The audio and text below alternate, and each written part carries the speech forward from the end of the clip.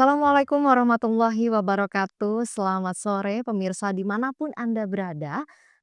Perkenalkan saya Faskia dan selamat datang di ruang tengah persembahan dari cariustad.id. Sebuah platform yang menghadirkan ustadz maupun ustazah yang ramah dan kompeten untuk berbagai kegiatan keagamaan. Dimulai dari belajar Islam untuk anak-anak hingga dewasa, khutbah Jumat, untuk pengajian di kantor juga bisa dan juga bimbingan mu'alaf. Sejalan dengan semangat wasatiyah yang berada di tengah, cariustad.id senantiasa mengajak kita semua untuk berpikir kritis atas berbagai topik dari berbagai sumber. Maka di ruang tengah ini kita akan membahas topik-topik tersebut bukan hanya dari sudut pandang atau perspektif keagamaan saja bersama ustadz dan juga ustazah yang ramah dan kompeten pastinya, tapi juga bersama dengan para pakar yang tentunya ahli di bidangnya masing-masing. Nah, teman-teman, hari ini kita akan membahas satu topik bahasan yang sering kali ditanyakan oleh teman-teman semuanya pada fitur Tanya Ustadz di platform cariustad.id, yaitu ketika ayat bertemu dengan kanvas. Teman-teman pasti udah tahu apa yang mau kita bahas ya dengan tema ini. Dan tentunya untuk menguliti tema kita hari ini sudah hadir dua narasumber yang siap untuk berbagi ilmunya kepada kita semua. Narasumber kita yang pertama yaitu ada Ustadz di Cari Ustadz sekaligus pimpinan dari cariustad.id, Ustadz Dr. Ali Nurdin MA. Assalamualaikum warahmatullahi wabarakatuh, Ustadz Ali. Oh iya Mbak Iva. Sehat Ustadz Ali? Alhamdulillah. Alhamdulillah, mudah-mudahan pemirsa di luar sana juga sehat-sehat semuanya ya. Puasa kan? Puasa, iya harus sehat, harus kuat ya seperti Ustadz Ali ini teman-teman ya. Dan juga narasumber kita selanjutnya teman-teman yaitu sudah hadir di tengah-tengah kita Bapak Dik-Dik Sayahdikumullah. Beliau adalah seorang seniman dan dosen FSRD pada Institut Teknologi Bandung. Kita sapa dulu. Assalamualaikum warahmatullahi wabarakatuh Pak Dik-Dik. Waalaikumsalam warahmatullahi wabarakatuh. All the way from Bandung. Terima kasih sudah hadir memenuhi undangan dari Cari Ustadz berbagi ilmunya kepada teman-teman semuanya. Siap. Segar sekali kita hijau-hijau Pak Dik-Dik ya. Hari ini kita akan membahas satu topik bahasan ketika ayat bertemu dengan kanvas. Kita tahu seni rupa di dalam Islam itu kan identik sekali dengan seni kaligrafi ya. Tapi kan tentunya seni rupa itu kita nggak bisa menginterpretasikan hanya oh seni rupa dalam Islam itu hanya kaligrafi aja begitu. Nah Ustadz Ali bagaimana memandang seni visual dalam mendukung pemahaman ayat-ayat suci Al-Quran? Dan dalam sejarah Islam ini Ustadz Ali ada tidak contoh penggunaan seni rupa dalam penyampaian ayat suci Al-Quran? Iya, seni itu kan fitrah. Sehingga kemudian ekspresi keindahan itu pasti juga bersentuhan dengan ekspresi bagaimana orang untuk mendekatkan diri kepada Allah Subhanahu wa taala. Nah, maka seni kaligrafi khususnya ini sangat panjang sejarahnya ya. Kalau kita lihat misalnya di abad pertengahan, mungkin nanti Pak Didi bisa menambahkan, itu, di masjid di Cordova misalnya, itu sudah ada kaligrafi yang sangat indah. Demikian juga dengan, penulisan mushaf di abad pertengahan, itu sudah menggunakan penulisan yang ada sentuhan seni. Nah, itulah kita sebut dengan kaligrafi. Belum lagi tentu bentuk arsitektur masjid, bangunan masjid yang pasti juga itu ada ekspresi seninya. Belum juga misalnya tata ruang yang seringkali menggambarkan, bagaimana inti dari ajaran Islam yaitu tauhid, itu tentu juga sudah, cukup panjang sejarah perjalanannya, begitu Mbak. Iya, dan di zaman sekarang pun akhirnya orang-orang mengimplementasikan kaligrafi itu sebagai pengingat begitu ya Ustadz Ali ya. Betul. Banyak sekali rumah-rumah gitu kan supaya ingat Allah gimana caranya pasang kaligrafi la ilaha illallah Muhammadur Rasulullah begitu ya Ustadz Iya, Ali. jadi karena tulisannya nggak nyeni kan kurang kurang bagus ya, Iya, maka kemudian ayat itu yang punya fungsi untuk mengingatkan, maka perlu diberikan sentuhan seni supaya lebih efektif dan maksimal daya ingat, iya begitu. untuk bisa diterima oleh manusia begitu ya Ustadz Ali ya. Nah, berkaitan dengan ini Pak Dik-Dik. Gimana sampai pada akhirnya proses ya, kita mau tahu proses kreatif dalam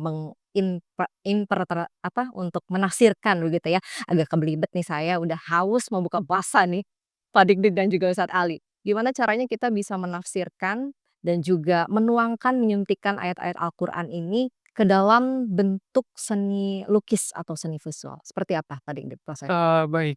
Sebenarnya, seniman ini memiliki kreativitas dan anugerah yang luar biasa sebetulnya ya. Kelebihan inilah yang kemudian itu, membawa mereka-mereka untuk berusaha sebagaimana tadi yang disampaikan oleh Pak Ustadz, sebagian di antara mereka itu berusaha untuk menerjemahkan ayat-ayat suci maupun ayat-ayat yang tertulis maupun yang tidak tertulis. Nah, tentunya, eee, berkaitan dengan kaligrafi, sebagian mereka yang terdidik dalam sebuah pendidikan khusus, sekolah seni maupun sekolah seni yang mengajarkan kaligrafi, mereka dengan intens menerjemahkan dan menguasai teknik-teknik maupun, metode-metode yang, sudah menjadi ayat, kaligrafi yang kata kaligrafi lah yang sudah menjadi satu standar di dalam, eee eee, jenis kaligrafi yang, ada di dunia saya kira.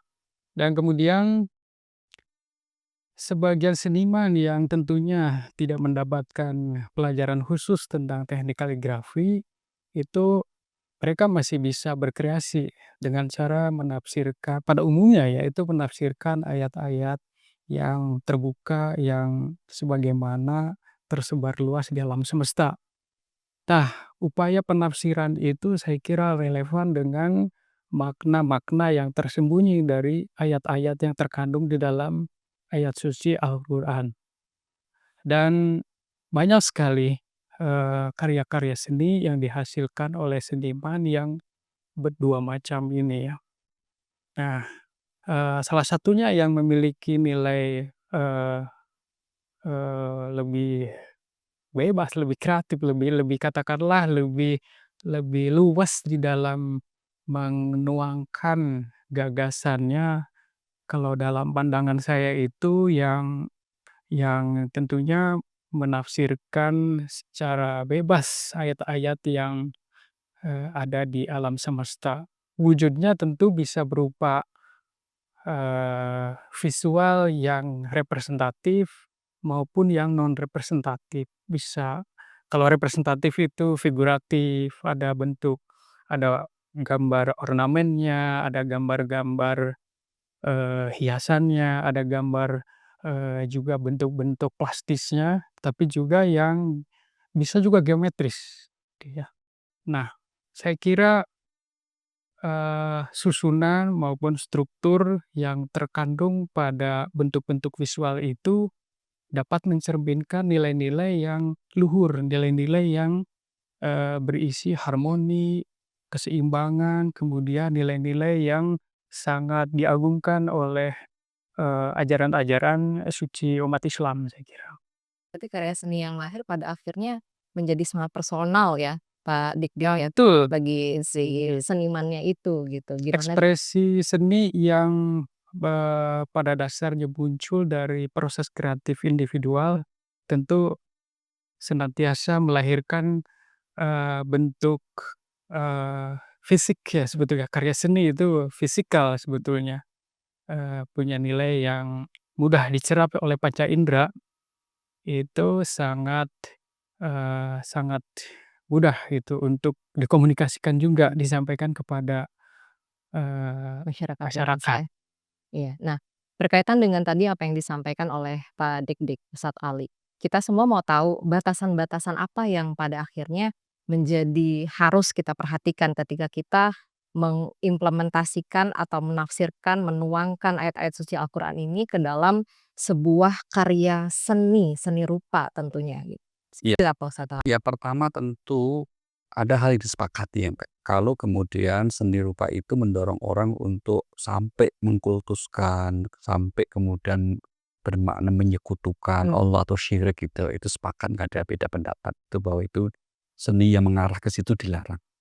Tapi kalau kemudian seni itu, ekspresi seni itu termasuk yang visual misalnya yang figuratif, tokoh atau makhluk hidup katakanlah iya. gitu ya, ini memang beda pendapat. Ada yang saklek mengatakan itu nggak boleh karena ada sekian dalilnya gitu ya. Tapi dia mengatakan itu sebagai sebuah ekspresi keindahan saja. Dilarangnya dulu itu yang figuratif atau yang tokoh yang bernyawa itu kan karena memang ada kekhawatiran bahwa itu di zaman dulu memang akan dikultuskan atau bahkan disembah, dianggap sebagai Tuhan gitu ya. Berhala ya? Nah, apakah bentuknya berhala yang patung gitu atau bentuknya lukisan, makhluk hidup seperti hewan atau manusia, itu memang ada teks-teks, hadis khususnya yang, melarangnya. Tapi pelarangan ini kemudian diinterpretasi oleh para ulama karena kekhawatiran syiriknya itu. Tapi kalau kemudian, kekhawatiran itu tidak ada, otomatis larangannya tidak menjadi relevan gitu ya. Sehingga kemudian, kalau ekspresi keindahannya itu katakanlah seperti yang tadi disebutkan, Pak Didik itu ya, sifatnya geometris, kaligrafis dan seterusnya itu tidak ada masalah, itu bagus-bagus saja. Rasanya yang penting bagaimana, seni itu dapat mendorong, seseorang, apalagi seorang muslim untuk lebih mengagumi Sang Pencipta gitu ya. Bukan terjebak mengagumi hasil lukisannya, Iya. tapi mengagumi Sang Pencipta, mengagungkannya dan kemudian lebih, dekat kepada Allah, begitu. Iya. Nah, dari batasan yang sudah disampaikan oleh Ustadz Ali, Pak Dik-Dik, tantangannya dalam menyajikan Al-Qur'an ke dalam dan juga dituangkan begitu ya ke dalam seni rupa, seni visual gitu. Gimana supaya dia tetap terjaga nilai-nilai Islam di dalamnya dan boleh nggak kita semua tahu, Pak Dik-Dik, apa yang menginspirasi Pak Dik-Dik dalam menyelaraskan seni dan juga spiritualitas Islam di dalamnya? Baik, saya kira, tantangan terbesarnya kalau dari kacamata seniman adalah betapa sulitnya itu untuk memisahkan perasaan Mhm, hati mana yang akan, dipilih iya, tentunya ya.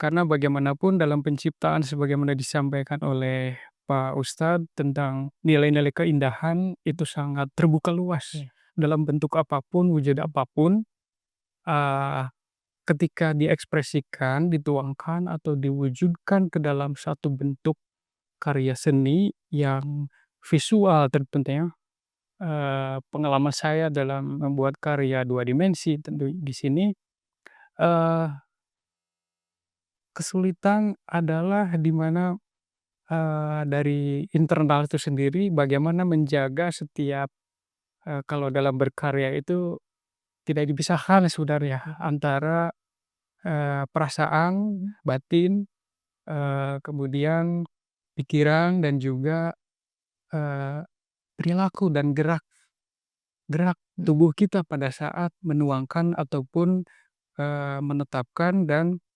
memberikan sesuatu pada permukaan sebuah bidang, katakanlah bidang kanvas ataupun karya-karya bentuk lainnya ya.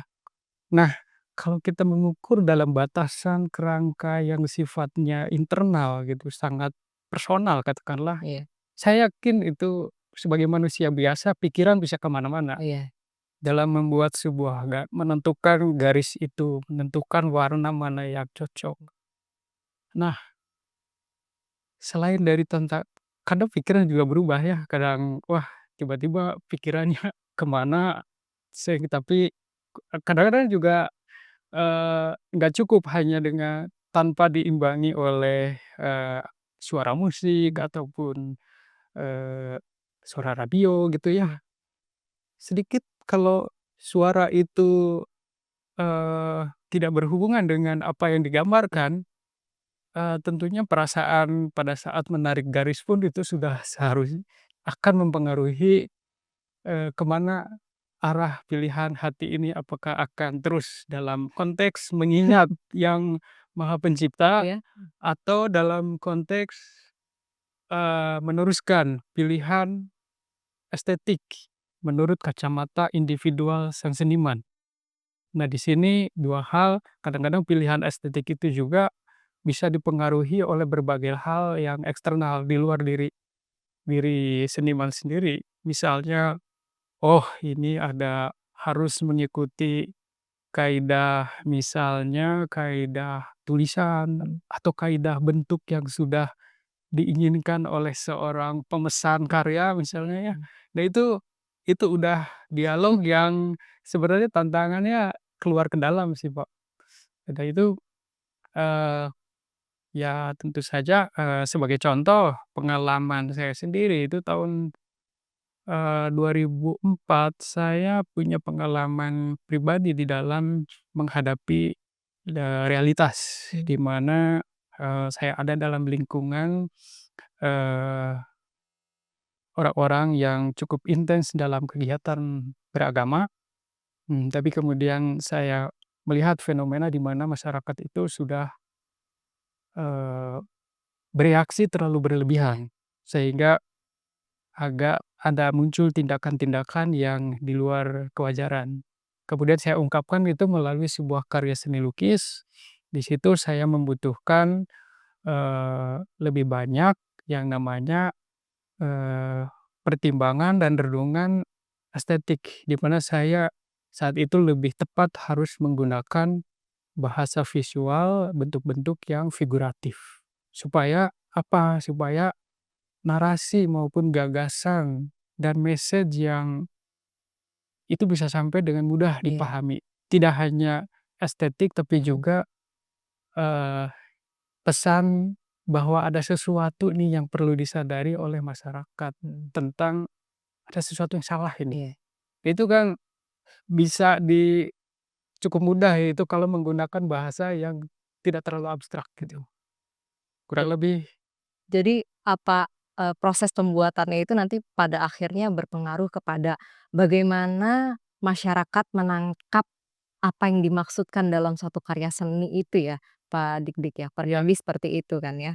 karya seni dalam banyak literatur ya pasti menyebutkan ada di dalam skema yang tidak bisa terpisah antara ruang kerja seniman, Mhm, kemudian proses kreatifnya dengan mediasinya. mhm, Di cara memediasikan itu juga kadang-kadang seringkali tidak bisa dipisahkan sehingga dampak-dampak kepada masyarakatnya juga menjadi hal yang perlu dipikirkan. Karena sebagai seorang seniman yang muslim, tadi kaidah yang tetap menjaga nilai-nilai, keislaman mhm, itu terjaga dan tetap ajeg gitu dan bisa diterima juga oleh mhm, masyarakat walaupun kita tahu masyarakat di Indonesia sangat plural dan iya, beraneka ragam. iya. Iya, iya, iya. Jadi ya seperti itu teman-teman semuanya, tadi sudah disampaikan juga bahwasannya penuangan ayat-ayat suci Al-Quran ke dalam bentuk seni visual atau seni rupa itu adalah semata-mata tujuannya pada akhirnya harus harus kepada ya, harus kepada kita mengagungkan Yang Kuasa, mengagungkan Allah Subhanahu wa taala. Bukan semata kita menikmati dan juga mengagungkan karya seninya itu. Jadi maknanya harus lebih dalam lagi, ada konsep ketauhidan di sana yang harus menjadi satu prinsip dasar pada saat karya seni itu dituangkan begitu ya ke dalam satu kanvas atau, karya seni yang lainnya. Dan pada akhirnya tujuan akhirnya harus kepada itu ya, harus menuju ke Allah Subhanahu wa taala, pengingat kita kepada Allah Subhanahu wa taala. Baik, terima kasih banyak Pak Dik-Dik, terima kasih banyak Ustadz Ali, sharing-nya sangat luar biasa, kalau kita terusin mungkin bisa sampai sahur ya, karena pembahasan ini pembahasan yang sangat seru sekali. Dan untuk teman-teman di luaran sana terima kasih selalu setia di Ruang Tengah persembahan dari cariusaha.id.